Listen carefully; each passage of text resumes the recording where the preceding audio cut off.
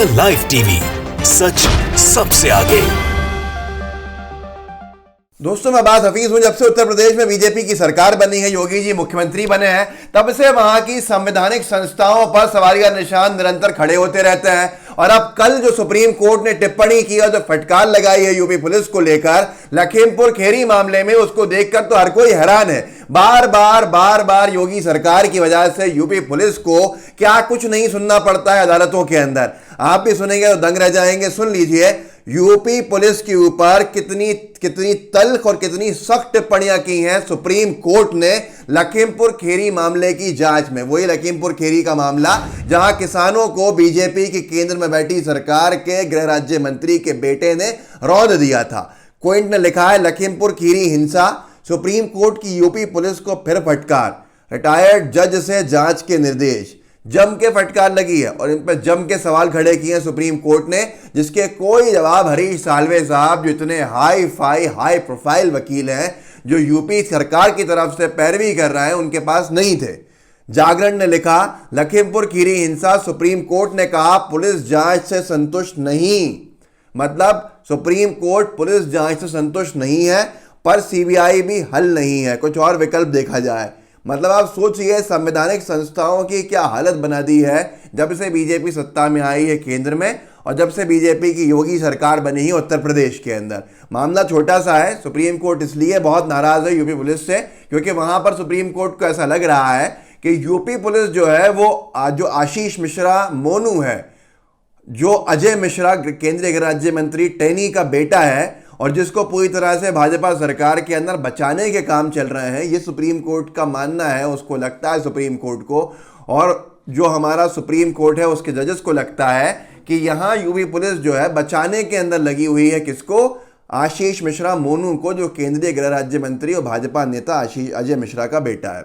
तो इसी को लेकर सारे की सारी टिप्पणियां हैं, और टिप्पणियां इतनी तल्ख हैं कि जो शायद अगर कोई और सरकार होती तो इस वक्त डिबेटेबल होता, डिबेट का विषय बना हुआ होता। और ये टिप्पणियां सुप्रीम कोर्ट की इतिहास में किसी संवैधानिक संस्था के लिए नहीं हुई होंगी, बार बार जो यूपी पुलिस के लेकर हुई हैं। यहाँ तक कि एक रिटायर्ड जजेस की कमेटी बनाने की तक बात करी थी सुप्रीम कोर्ट ने कि अब हम तो एक काम करते हैं कि सुप्रीम कोर्ट के जो रिटायर्ड जजेस हैं, सेवानिवृत्त जिन्हें कहते हैं, उन जजेस से जांच करा लेते हैं। मतलब साफ है कि यूपी की पुलिस जो है वो जांच इसके अंदर कर नहीं पाएगी योगी सरकार के प्रेशर में, ऐसा मानना रहा होगा।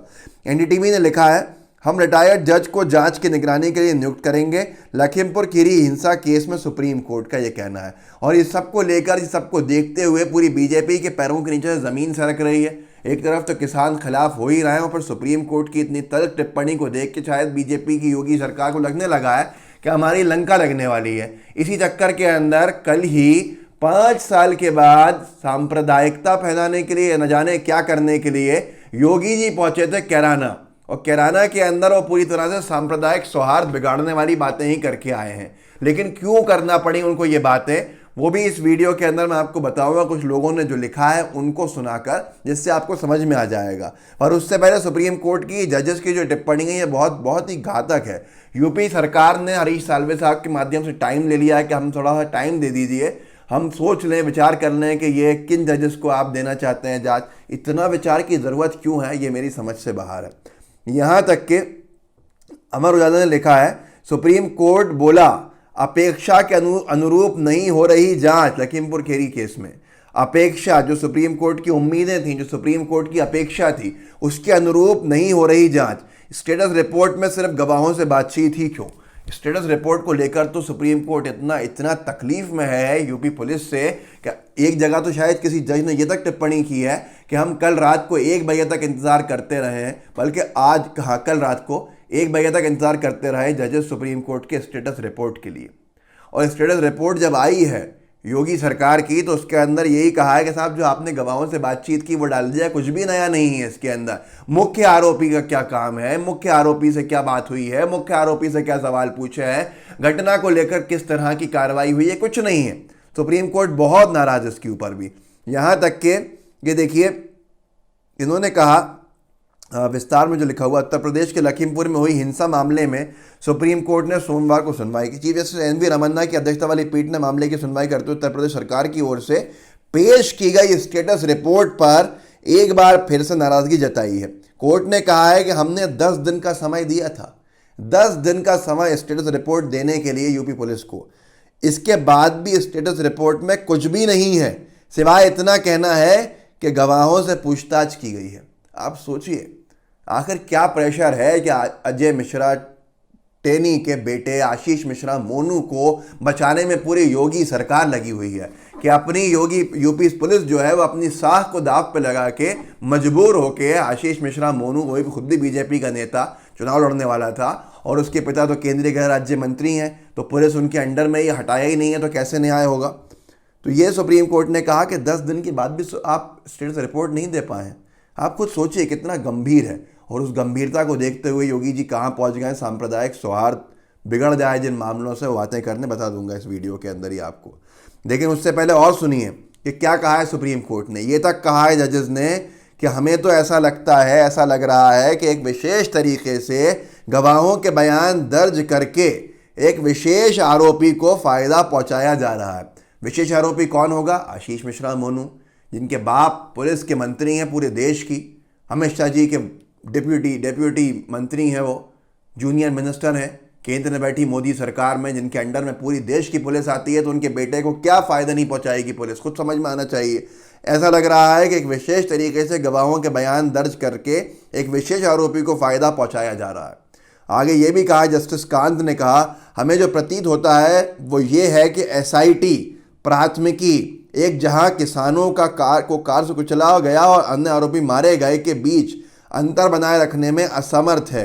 ये महत्वपूर्ण है कि 2019, 219 और 220 FIR के नंबर्स में सबूत सुनिश्चित करने के लिए इसे स्वतंत्र रूप से दर्ज किया जाए। क्या है कि 2 FIR अलग अलग दर्ज होनी है, लेकिन यूपी पुलिस जानबूझ के उनमें लापरवाही बरत रही है, जिसको लेकर जस्टिस कांत ने कहा कि समझ में ही नहीं आ रहा है कि आपको ये 2 SIT को 2 FIR में अंतर को समझ में नहीं आ रहा है, जानबूझ के नहीं आ रहा है। यहाँ तक कि हैरान कर देने वाली बात, सुप्रीम कोर्ट ने कहा कि इतने सारे हमने टावर लोकेशंस के ऊपर आपको कहा था कि आप टावर लोकेशंस लेकर, टावर की रिपोर्ट्स लेकर, जो मोबाइल टावर्स हैं इनको लेकर आप बताइए कहाँ किससे क्या बात हुई।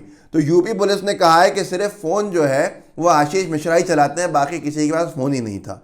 ये कहा कि कोर्ट ने हिंसा के मामले में 13 लोगों को गिरफ्तार किया, सिर्फ एक का फ़ोन ही क्यों जब्त किया गया, ये हेडलाइन है, सिर्फ एक का फ़ोन ही जब्त क्यों किया गया, वो आशीष मिश्रा। कोर्ट ने कहा कि लेकिन सिर्फ आशीष मिश्रा का ही फ़ोन जब्त क्यों किया गया। इस पर उत्तर प्रदेश सरकार के वकील हरीश साल्वे ने कहा कि अन्य आरोपियों ने बताया कि वो फ़ोन नहीं रखते हैं। ओहो, इतने भोले भाले आरोपी और इतनी भोली भाली पुलिस कि उनसे पूरे आरोपियों ने कह दिया, 12 आरोपियों ने, कि हम फ़ोन नहीं रखते, उन्होंने मान लिया। इस पर कोर्ट ने कहा कि आपने स्टेटस रिपोर्ट में ये कहीं लिखा है। साफ बात है, जांच सुप्रीम कोर्ट बिल्कुल खुश नहीं है।